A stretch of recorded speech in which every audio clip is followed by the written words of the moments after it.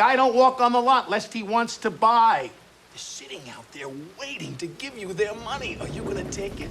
Welcome to Watch Mojo, and today we're counting down our picks for the actors that stole the show in a film, despite only appearing in a single scene. There will be spoilers. Hello, little man. Boy, I sure heard a bunch about you. Number 30, James Badge Dale, Flight. Going toe-to-toe with a seasoned actor like Denzel Washington is no small feat, especially when you're only featured in a single scene. In a film centered around a pilot with alcohol use disorder that slowly loses everything, moments of optimism are few and far between. Oh, what happened out there? Okay. Yeah, tough deal, man, but you walked away. Or you limped away. Yeah, I'm lucky. James Badge Dale's appearance as an unexpectedly hopeful cancer patient offers a much-needed perspective that a bright side can be found in almost every situation. His blunt delivery conveys the bleak acceptance that comes with a terminal diagnosis, from coming to terms with one's religious beliefs to accepting that there are some things that can't be controlled. Did God give me cancer? You bet your ass God gave me cancer. You know, you think God would have given me cancer if I'd asked for it? I don't think so, because I begged him to take it away, and guess what? No control over that either.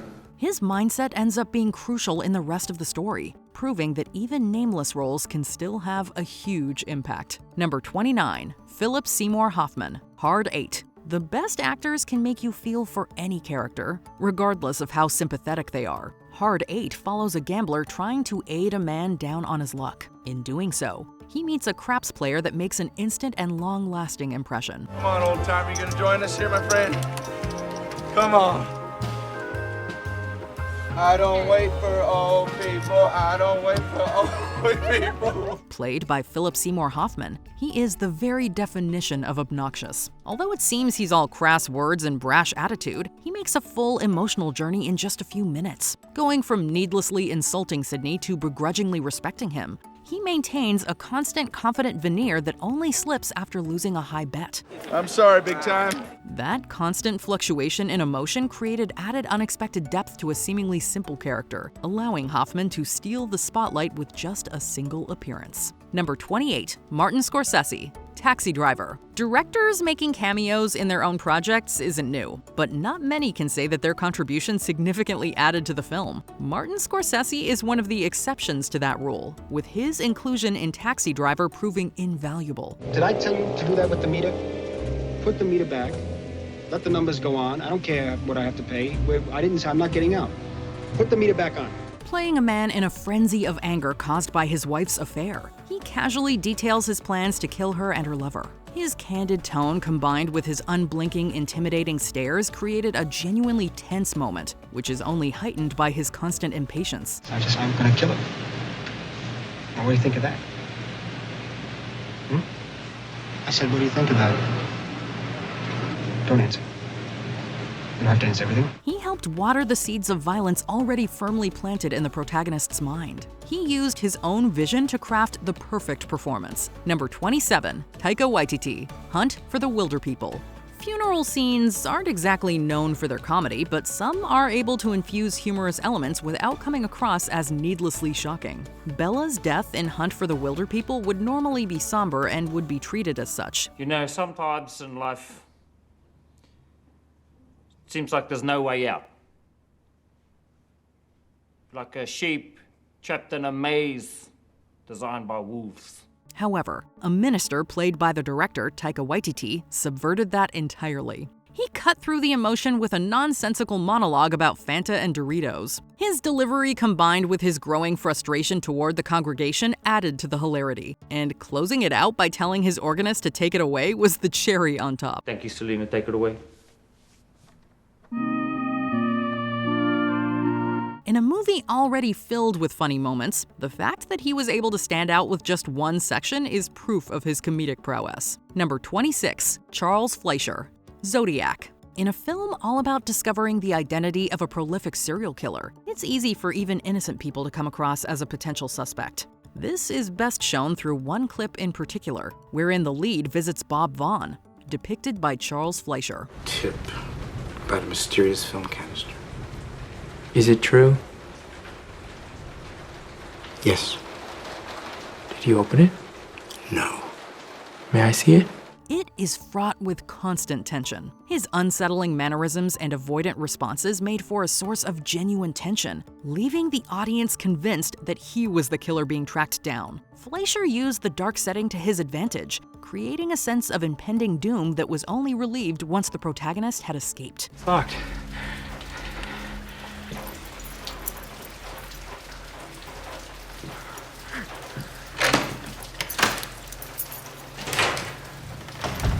Thank you. Although his behavior ended up being a red herring, he proved to be one of the most intimidating characters without causing a single injury. Number 25, Samantha Morton. She said, "The real-life downfall of Harvey Weinstein was momentous, permanently reshaping the public's perception of both him and the entertainment industry as a whole." 2022's She Said offers insight into the investigation, including stories from his previous victims and employees. You know, the people have tried to write this story. He kills it every time. We're aware of that. And we're not going to let that happen to us. One of the most poignant moments comes when one of the producer's former assistants, Zelda Perkins, is interviewed. Portrayed by Samantha Morton, she delivers a masterclass in understated acting. She starts out flat as she recalls the events, with more emotion creeping into her tone the further she goes on. And I went straight up to him. And I said very clearly, "You need to come with me right now." You went right up to them and confronted him. Yeah, I was so angry. Before long, her tone is scathing and intense, but she never yells once, making for an intense yet controlled sequence that perfectly conveys her anger towards him and the justice system. Number 24, Robert Duvall, To Kill a Mockingbird. To give a powerful performance without saying a single word is a mark of a truly gifted actor. While Arthur Boo Radley is referenced throughout To Kill a Mockingbird, he doesn't appear on camera until the very end of the movie after rescuing Scout and Jem. You'd like to say goodnight to Jim, Mr. Arthur? He's only fully shown after Scout points him out afterwards. And what Duvall does with his few moments of screen time is breathtaking. Using his eyes alone, he was able to communicate his good intentions despite his genuine fear. Not many could show the sheer range he does with facial expressions alone, but he was able to draw out one final emotional response from the audience, kickstarting what would become a long, respected career. Thank you, Arthur.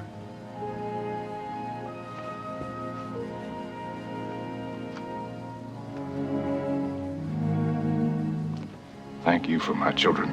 Number 23, Adrian Brody, Midnight in Paris. Being able to capture the mannerisms of another artist can be difficult, especially in a humorous fashion. Adrian Brody was able to do so with seeming ease in his performance as Salvador Dali in Midnight in Paris. We met earlier tonight at the party. Dali, see? Yes, Dali. I remember. Dali. He perfectly captured the surrealist artist's eccentric personality, serving as pure comedic relief. From his insistence on introducing himself multiple times to continuously referencing rhinoceroses throughout the conversation, he added the perfect amount of levity to counteract the main character's worries. Beyond the comedic elements of the role, he also looked and sounded the part to an uncanny extent. The rhinoceros makes love by mounting the female. But is there difference in the beauty between two rhinoceroses? Although he's only one of several iconic artists to be referenced, he by far makes the biggest splash of them all. Number 22, Donald Sutherland, JFK. One of the most important and overlooked aspects of a film is delivering exposition without taking the audience out of the experience. This can be hard to pull off, but some actors manage to stick the landing. Donald Sutherland did so while playing Mr. X in JFK. To me, as if a cover story was being put up, like we would in a black opera. He delivered an onslaught of information at a fast pace, keeping viewers enthralled and even drawing them into believing his conspiracies about the assassination. He delivers each one like it's a huge revelation, making everyone from the characters to the audience rethink everything they thought they knew. You would have felt an army presence in the streets that day. None of this happened. It was a violation of the most basic protection codes we have, and it is the best indication of a massive plot in Dallas. Although it ran the risk of becoming boring, his conviction kept people at the edge of their seats, showing that dialogue-heavy scenes could be just as exciting as action sequences. Number 21, Donnie Wahlberg, The Sixth Sense. When seeing him in this, it's hard to believe he got his start in a boy band. The Sixth Sense is chock full of impressive performances, but one of the most impactful occurs in the very beginning. Do I know you? Don't you know me, hero? Don't you even remember your own patients? Playing Vincent Gray, one of the protagonist's former patients, he perfectly portrayed a man still being haunted by his own demons. He opened the film up with a terse scene, setting the audience on edge before the story even has a chance to really begin. You failed me. You failed me! Vincent, I'm sorry if I didn't help you. But if you just let me try. His actions end up setting up the rest of the story, including the iconic twist at the end. Although he had limited screen time, his unsettling appearance and passionate delivery resulted in one of the most impactful openings in movie history. Number 20, Andrew Scott, 1917. 3 miles deep, field fortifications, defenses, artillery, the like of which we've never seen before. The second are due to attack the line shortly after dawn tomorrow. They have no idea what they're in for. This World War I film follows two ordinary soldiers making their way across war-torn France in an attempt to get a vital message to the front lines. The film casts two relative unknowns in the leading roles to emphasize how the enlisted soldiers felt like everyday people. Conversely, their superiors are played by famous actors, including the likes of Colin Firth and Benedict Cumberbatch, representing how generals and other high-ranking officials were seen as celebrities. I have heard it all before. I'm not going to wait until dusk or for fog. I'm not calling back my men only to send them out there again tomorrow. Not when we've got the bastards on the run. This is their last stand. Of all the iconic actors they come across, however, the one who deserves special recognition is Andrew Scott as the disaffected Lieutenant Leslie, who morbidly mumbles about the ghastly things he's seen in the war. It's a trap. But chin up, there's a medal in it, for sure. Nothing like a scrap of ribbon to cheer up a widow. Number 19, Ted Levine, Shutter Island. There you are. We were wondering when you'd show up. Have a seat. Come on. As the warden of the prison for the mentally disturbed, Ted Levine brings a true sense of menace and foreboding in his short time on screen. He arrives at the perfect moment in this paranoia thriller to further amplify the stakes and further put the main character Teddy, as well as the audience, on edge. Musing on human nature, he manages to give a chillingly bleak speech on how thin the divide between civility and brutal violence is. Because God gave us violence to wage in his honor. I thought God gave us moral order. There's no moral order as pure as this storm. There's no moral order at all. There's just this. Can my violence conquer yours? Impressively, the scene only improves upon a second viewing, as the twist ending reveals further depth to the sinister performance by Levine. Crowley thinks you're harmless, that you can be controlled, but I know different. You don't know me. Oh, but I do. You don't know I know you. We've known each other for centuries. Number 18, Alfred Molina, Boogie Nights. Once again, this is a scene built on tension. But unlike Levine, Alfred Molina plays a seemingly unhinged drug dealer. Come on in, come on in. These are my friends here. Hey, come on in, great to see you. Take a seat. You want something to drink? A pill, a little coke, a little dope, I got everything. Molina manages to be jovial yet threatening, dangerous yet funny, and deranged yet in control of the situation in a way that few actors could manage. Wearing his bathrobe, he seems unconcerned by anything as he plays his custom mixtapes and wields a gun while firecrackers are set off in the background. Then, when things go sideways, he drops his friendly persona and amplifies his threatening, deranged attitude. Do not reach for your gun. Don't reach for your gun. The scene serves as the peak of the film's spiral to depravity and insanity, and it's all sold by Molina stealing the scene.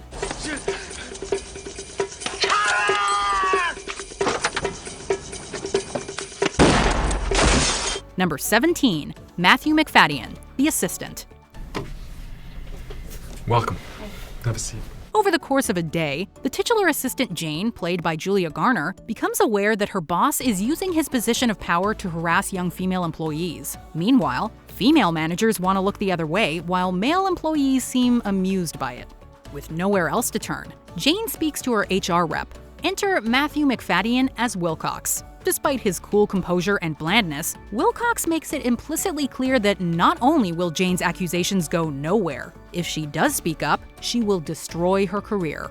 Well, I can see that you've got what it takes. Thanks.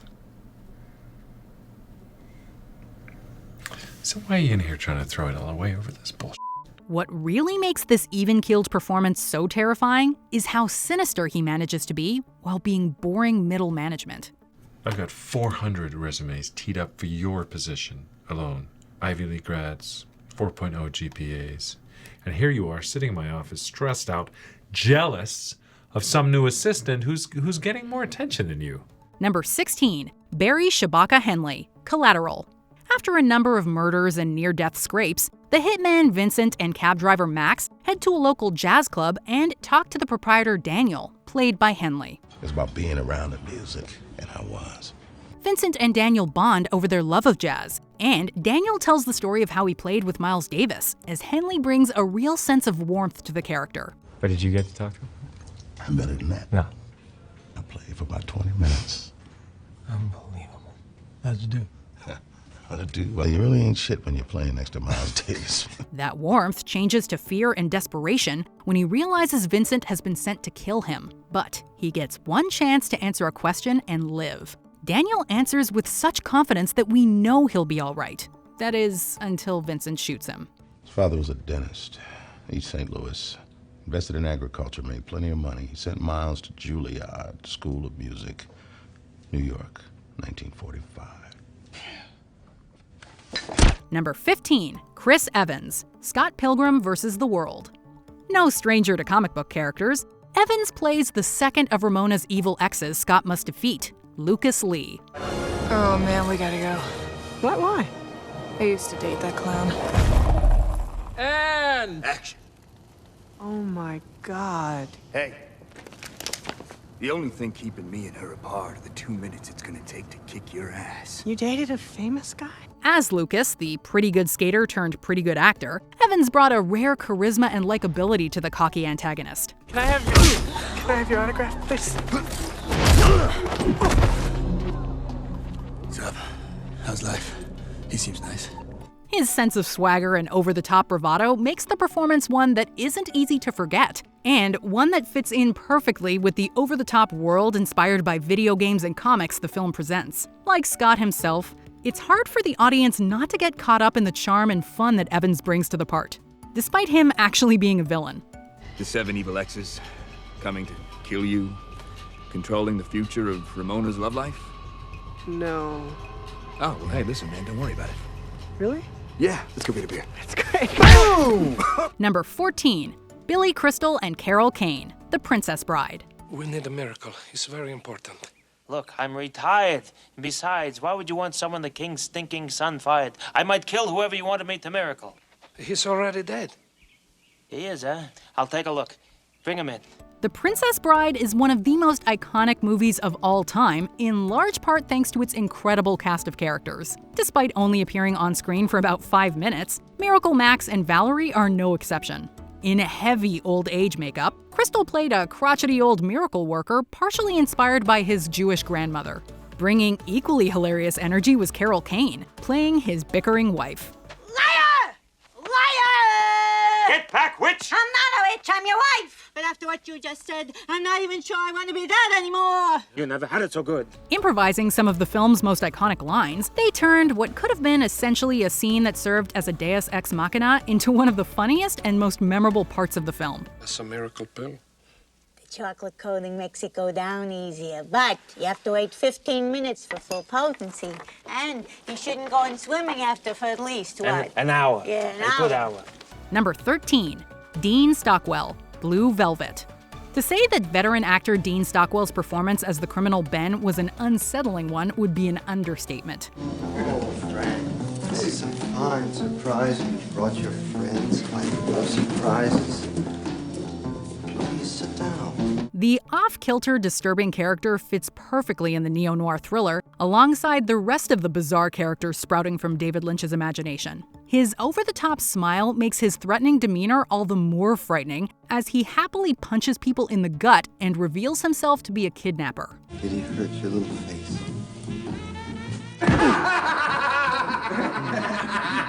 That feel better? All of this weirdness builds to a lip-synced performance of Roy Orbison's Only in Dreams that manages to send shivers down our spines. Candy-colored clown they call the Sandman tiptoes to my room every night. Number 12. Vanessa Redgrave, Atonement. Redgrave doesn't appear until the very last scene of this romantic war film, but her appearance recontextualizes everything we've seen up till that point. Much of the preceding film is told through the lenses of an unreliable narrator, and we finally meet that narrator in the finale. I'm sorry. Could we stop for a moment? Of course. Is something the matter? I just need a couple of minutes by myself. An elderly version of a character played by Saoirse Ronan, Redgrave reveals that the happy ending was a fiction invented for her novel. And in fact, could never have happened. Nothing about it. Because Robbie Turner died of septicemia at Bray Dunes on June the 1st, 1940, the last day of the evacuation. Redgrave plays the character with a real sense of sadness, explaining why she changed the facts. Unlike the rest of the film, which was filled with grand sets and period costumes, this one simply had an actor set against a black background giving a heartbreaking speech. What sense of hope or satisfaction could a reader derive from an ending like that? So in the book, I wanted to give Robbie and Cecilia what they lost out on in life. Number 11. Gene Hackman, Young Frankenstein. Oh, you must have been the tallest one in your class. My name is Harold, and I live here all alone. What is your name? I didn't get that. Nope. While he is perhaps best known for dramatic roles like The French Connection, Hackman has some impressive comedic acting chops as well, which he gets to show off in his small but memorable role in this Mel Brooks masterpiece. As a blind man, Hackman prays for a companion, prayer that is quickly answered when Frankenstein's monster arrives. A visitor is all I ask. A temporary companion to help me pass a few short hours in my lonely life. Thank you, Lord. Sorry, Frankenstein. The film takes full advantage of Hackman's mastery of physical comedy and his deadpan line delivery by having him unknowingly unleash a string of terrors upon the hapless monster before he flees, once again leaving the sad priest alone. Wait! Where are you going? I was going to make espresso. Number 10. William Hurt, A History of Violence. After spending much of the film chased by goons, former hitman Joey, played by Viggo Mortensen, finally departs from his family to face his old life. We're here. Home, sweet home. That old life is embodied by his brother Richie, with Hurt bringing a restrained fury to the role as a mobster whose sense of vengeance will only be satisfied with blood. Hurt manages to do so much with so little in this climactic scene, both in terms of restrained emoting and having such little screen time. I'm pretty pissed at you, Brahim. You could have called. You could have dropped a postcard in the mail. We're brothers. What'd you think would happen? Despite only appearing in the film for about 8 minutes, Hurt received a nomination for Best Supporting Actor at the Oscars. You could do something, I guess.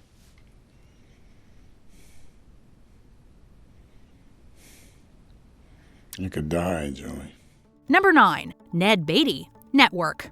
Like Hurt, this very short performance by Ned Beatty was good enough to get him an Oscar nomination in a film that has proved to be one of the most prescient of all time. You have meddled with the primal forces of nature, Mr. Beale, and I won't have it! Is that clear? This, of course, included its predictions of reality TV, sensationalized news, and the near worship of capitalist values. The values of corporate America are delivered in the form of Arthur Jensen, played by Beatty, who manages to make his truly terrifying ideals sound downright appealing in a speech he gives to the unraveling Howard Beale. There is no democracy. There is only IBM and ITT and AT&T and DuPont, Dow, Union Carbide, and Exxon. Beatty manages to become the embodiment of corporate greed that would convince the common people to act against their own interests. One vast and ecumenical holding company for whom all men will work to serve a common profit, in which all men will hold a share of stock, all necessities provided, all anxieties. Number 8. Gloria Foster, The Matrix. You're the Oracle? Bingo. Not quite what you were expecting, right? One of the key themes in The Matrix is free will versus determinism, and that theme is personified in the Oracle. Despite appearing in only a single scene near the film's midpoint, the Oracle's presence was felt throughout, with anticipation building to Neo meeting her in the first half, and their conversation driving the events of the second half. You're going to have to make a choice. In the one hand, you'll have Morpheus's life. And in the other hand, you'll have your own. One of you is going to die. Foster had to portray a mysterious and unknowable yet completely familiar grandmotherly figure, all while doling out a lot of exposition and moving the plot forward. Yet she made this balancing act seem easy, absolutely charming the audience, and making us wonder if Neo would have broken that vase if she hadn't said anything. You're in control of your own life. Remember? Here. Take a cookie. Number 7. Viola Davis, Doubt. While she was already an award-winning stage actor, Viola Davis was a relative unknown in the film world when she appeared in a single scene in Doubt. And that would mean an opportunity at college. I don't see anything at this time standing in the way of his graduating with his class. Well, that's all I care about. I doubt that. In barely 8 minutes of screen time, that all changed. Her role as the mother of a boy likely harmed got her a number of accolades, including an Oscar nomination. That Father Flynn may have made advances on your son. May have made. I can't be certain. No evidence? No. And maybe there's nothing to it. Her character is an astoundingly complex one, seeking to ignore what possibly may have been done to her son in order to protect him from further harm in the long run, at least in her eyes. Today, Viola Davis is a household name thanks to her devastating and multifaceted performance in Doubt. I'm talking about the boy's nature now. Not anything he's done. You can't hold a child responsible for what God gave him to be. Number 6. Dave Bautista, Blade Runner 2049. I was careful not to drag in any dirt. I don't mind the dirt. I do mind unannounced visits. You police. A wrestler and mixed martial artist, Bautista became well known to wider audiences when he became famous for playing tough guys and comic relief characters in films like Spectre and Guardians of the Galaxy, respectively. However, Bautista showed the true depths of his acting talent when he showed up in Denis Villeneuve's Blade Runner sequel. Must have been brutal. Plan on taking me in. Well, take a look inside. Mr. Morton, if taking you in is an option. Soft-spoken and kindly, yet also imposing and intense, in just a few minutes, Bautista manages to portray a physically imposing man with tragic eyes hidden behind those tiny glasses, playing off the equally stoic character played by Ryan Gosling. Bautista embodies a man who has known death is just around the corner for years and is finally facing it.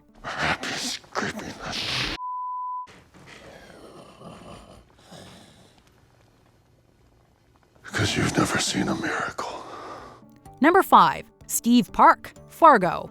The Coen brothers' films are more often than not filled with weird and interesting people that might feel like someone you could actually know. The characters in this black comedy crime film are no exception, and Steve Park's brief appearance as Mike Yanagita proves that point.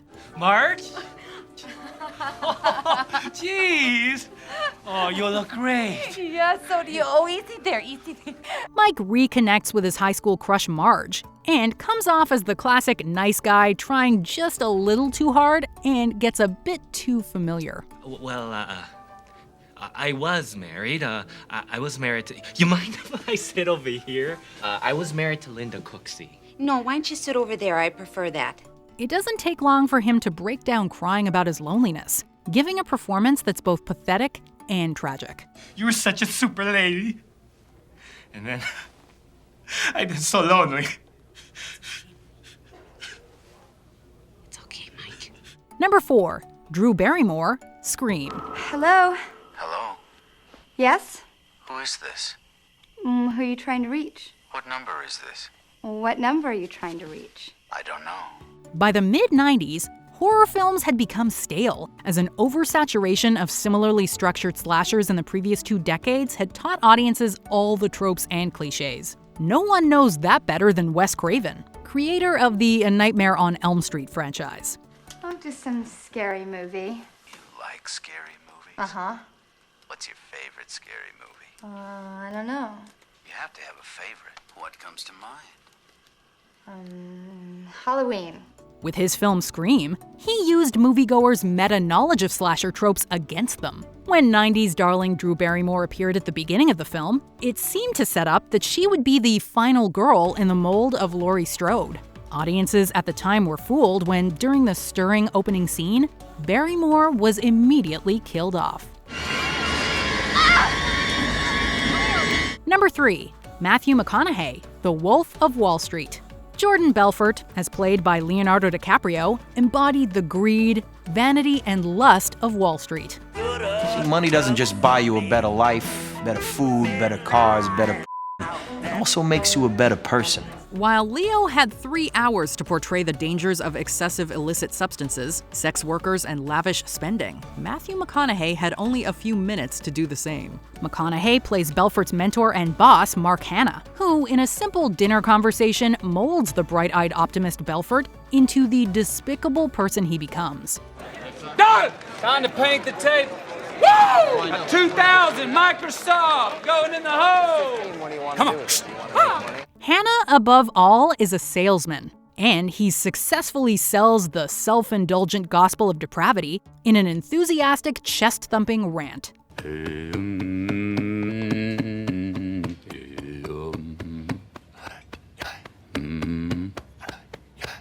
Number 2, Alec Baldwin, Glengarry, Glen Ross.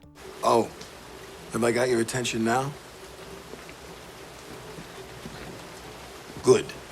Occasionally, a single line or phrase from a movie becomes so iconic or popular that it eclipses the movie itself in popular culture. Alec Baldwin shouting ABC, always be closing, is exactly that for this film. A, B, C. A, always, B, B, C, closing. Always be closing. He delivers the tirade, which also includes the famous line, "Coffee's for closers." And his rant is what this excellent film is still best known for, as it captures the do-or-die attitude of sales in the 80s and 90s. Put that coffee down.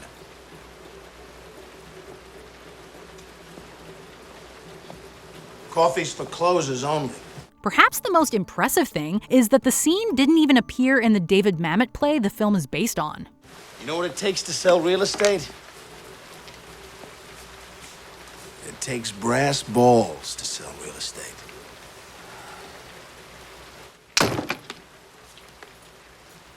Go and do likewise, gents. Before we continue, be sure to subscribe to our channel and ring the bell to get notified about our latest videos. You have the option to be notified for occasional videos or all of them. If you're on your phone, make sure you go into your settings and switch on notifications. Number 1, Christopher Walken, Pulp Fiction. This watch I got here was first purchased by your great-grandfather during the First World War. It was bought in a little general store Knoxville, Tennessee.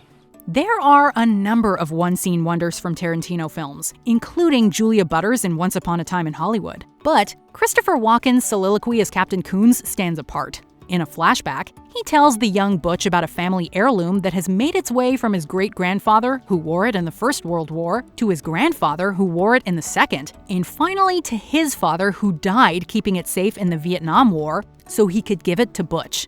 This watch was on your daddy's wrist when he was shot down over Hanoi. He was captured, put in a Vietnamese prison camp. Walken tells of how he and Butch's father kept it hidden for years as POWs, and gives a performance that alternates between moving, tragic, and downright hilarious. Then, after 7 years, I was sent home to my family, and now, little man, I give the watch to you.